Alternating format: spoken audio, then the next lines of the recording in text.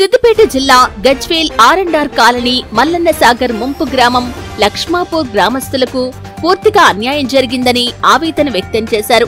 శనివారం లక్ష్మాపూర్ గ్రామస్తులు మాట్లాడుతూ గత ప్రభుత్వం మల్లన్న సాగర్ నిర్మాణం సమయంలో మాకు అన్ని విధాలుగా ఆదుకుంటామని హామీ ఇచ్చి ఇప్పటి వరకు గ్రామంలో కొంతమందికి నష్టపరిహారం కూడా రాలేదని, మల్లన్న సాగర్ ముంపు గ్రామాల ప్రజలు పునరావాసం కోసం డబుల్ బెడ్రూమ్లలో నివాసం ఉంటున్న వారిని గజ్వేల్ కి చెందిన కొంతమంది డబుల్ బెడ్రూమ్ లాటరీలో మా పేరు వచ్చింది, మీరు వెంటనే డబుల్ బెడ్రూమ్ ఖాళీ చేయాలని గొడవలకు వస్తున్నారని, ఇంట్లో వృద్ధులు భయభ్రాంతులకు గురవుతున్నారని, మాకు రావాల్సిన నష్టపరిహారం ఇస్తే మేము డబుల్ బెడ్రూమ్ ఖాళీ చేయటానికి ఎలాంటి అడ్డంకి చెప్పమని, గత ప్రభుత్వం మమ్మల్ని నట్టేట ముంచారని, అధికారంలోకి వచ్చిన కాంగ్రెస్ ప్రభుత్వం మల్లన్న సాగర్ ముంపు గ్రామాలను ఆదుకోవాలని ఆకాంక్షించారు. ఈ కార్యక్రమంలో లక్ష్మణ్, కనకరాజు, నవీన్ కుమార్, మల్లేశం, విజయ్, రాజు, కృష్ణ, కరుణాకర్, నరేష్, పరశురాములు, కాలనీ వాసులు తదితరులు పాల్గొన్నారు. ఓకే, మీడియా మిత్రులకు నమస్కారం. మాది ముంపు గ్రామం మల్లన్న సాగర్లో లక్ష్మణపూర్ మెయిన్ మా విలేజే అన్నిటికంటే బాగా సహకరించే విలేజ్. ఎందుకంటే మా ఊరు పోతే కానీ కట్టకు సహకరించని పరిస్థితి లేదు. మొత్తం మా ఊరు మొత్తం తీసి బొంద పెట్టినట్టు అయిపోయింది. అన్ని ఊళ్ళల్లో నీళ్ళు తెలుతానన్నా ఆ వీళ్ళని చూడవచ్చు, విజిట్ చేయవచ్చు. మా ఊరును చూడలేము, నీళ్ళు లేకుండా మా ఊరిని చూడలేము, శాశ్వతంగా కూలిపోయినాం. మాది అప్పుడు కరోనా టైంలో ఫస్ట్వే కరోనా బయటికి వెళ్తే చచ్చిపోయేంత స్థితిలో కూడా మనము జీబులు పెట్టి ప్రత్యేకంగా కాళ్ళు పెట్టి మనం మొత్తం తీసుకొచ్చారు. ప్లాట్స్ ఇవన్నీ మీకు ఇట్లున్నాయి, మీకు వసతి ఇట్లున్నది, మీకు ఇట్లా కల్పిస్తాం, మేము ఆకాశానికి ఎత్తేస్తాం అని అన్నీ చెప్పారు. అప్పుడు సరే మేము మా సర్పంచ్తో మా అంతా అన్నదంతా నమ్మేసి ఆయన ఉండి మేము వచ్చేసినాం. ఇక్కడికి వచ్చినాక ప్లాట్లు అప్పుడు చెప్పిన విషయం ఇక్కడికి వచ్చినాక లేదు. ఆ టెంపరీలో ఉంచారు మమ్మల్ని. 4-5 సంవత్సరాలు అవుతుంది. 15 రోజులు అన్నారు వచ్చి, మీకు 15 రోజులు నెల రోజులు అన్నీ ఇచ్చేస్తాం, ఎక్కడ మీకు కూర్చొని పెట్టి కలెక్టర్ డైరెక్ట్ మీ ఊళ్ళోకి వచ్చి టెంట్ వేసుకొని మీకు వచ్చే ఫైల్స్ అన్నీ చేసి ఇచ్చేస్తామని చెప్పారు. కానీ 5 సంవత్సరాలు గడుస్తున్నా మాకు ఇంకేది సరిగా లేదు. ఒకరికి ఇల్లు వచ్చింది, ఒకరికి ప్లాట్ వచ్చింది, కొందరికి రాలేదు. మేము అలానే ఉన్నాం. మేము ముగ్గురం అన్నదమ్ములం. మేము అప్పుడు ఊరుండగా మాకు 5 ఎకరాల జాగా ఉంటుండే. బాగా సాగిపోతున్న జీవితం మాది.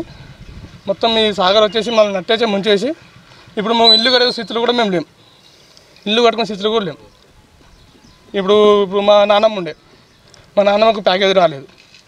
ఆమె బెంగతోనే ఇక్కడికి వచ్చిన 6 నెలలనే ఆమె మరణించడం జరిగింది.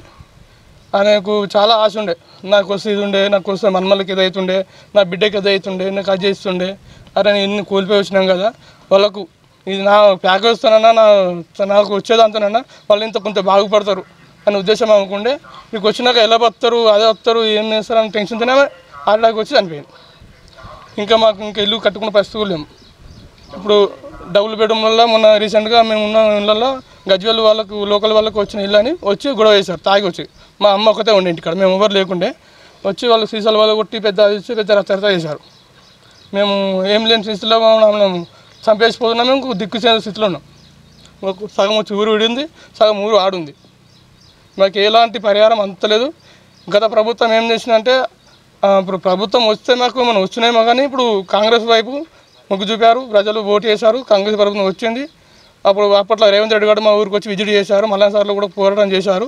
సరే మేము ఆయనతో నమ్మకం కూడా సరే అంతనేమన్నా అవుతాయని కూడా మేము ఆశిస్తున్నాం.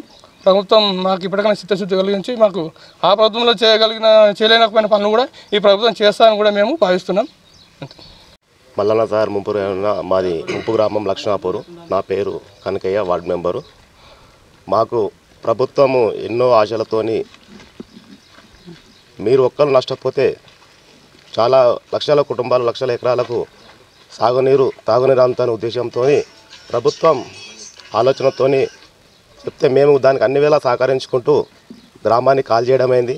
గ్రామాన్ని కాల్ చేసే మూమెంట్లో మాకు రావాల్సిన నష్టపరాలు కానీ వివిధ అన్ని రకాల సౌకర్యాలు, మౌలిక సదుపాయాలు కల్పిస్తామని గత ప్రభుత్వంలో కలెక్టర్ గారు కానీ ఆర్డీఓ గారు కానీ అందరూ హామీ ఇచ్చి సర్పంచ్ గారి పూర్తి నమ్మకంతో మేము ఊరు కాల్ చేయడం రావడం జరిగింది. వచ్చిన తర్వాత చాలామందికి ఒంటరి మహిళ కానీ, వితంతులకు కానీ, 65 నిన్న మహిళలకు కానీ పురుషులకు కానీ ప్లాట్లు కేటాయించకపోవడం, కాలయాపన చేస్తూ ఇంతవరకు జరుగుతూ వస్తుంది. అలాగే ఇంకో విషయం ఏమిటంటే, మేము గ్రామంలో ఉండి అరొకర ఏదో మంచిగానే జీవిస్తున్నాము.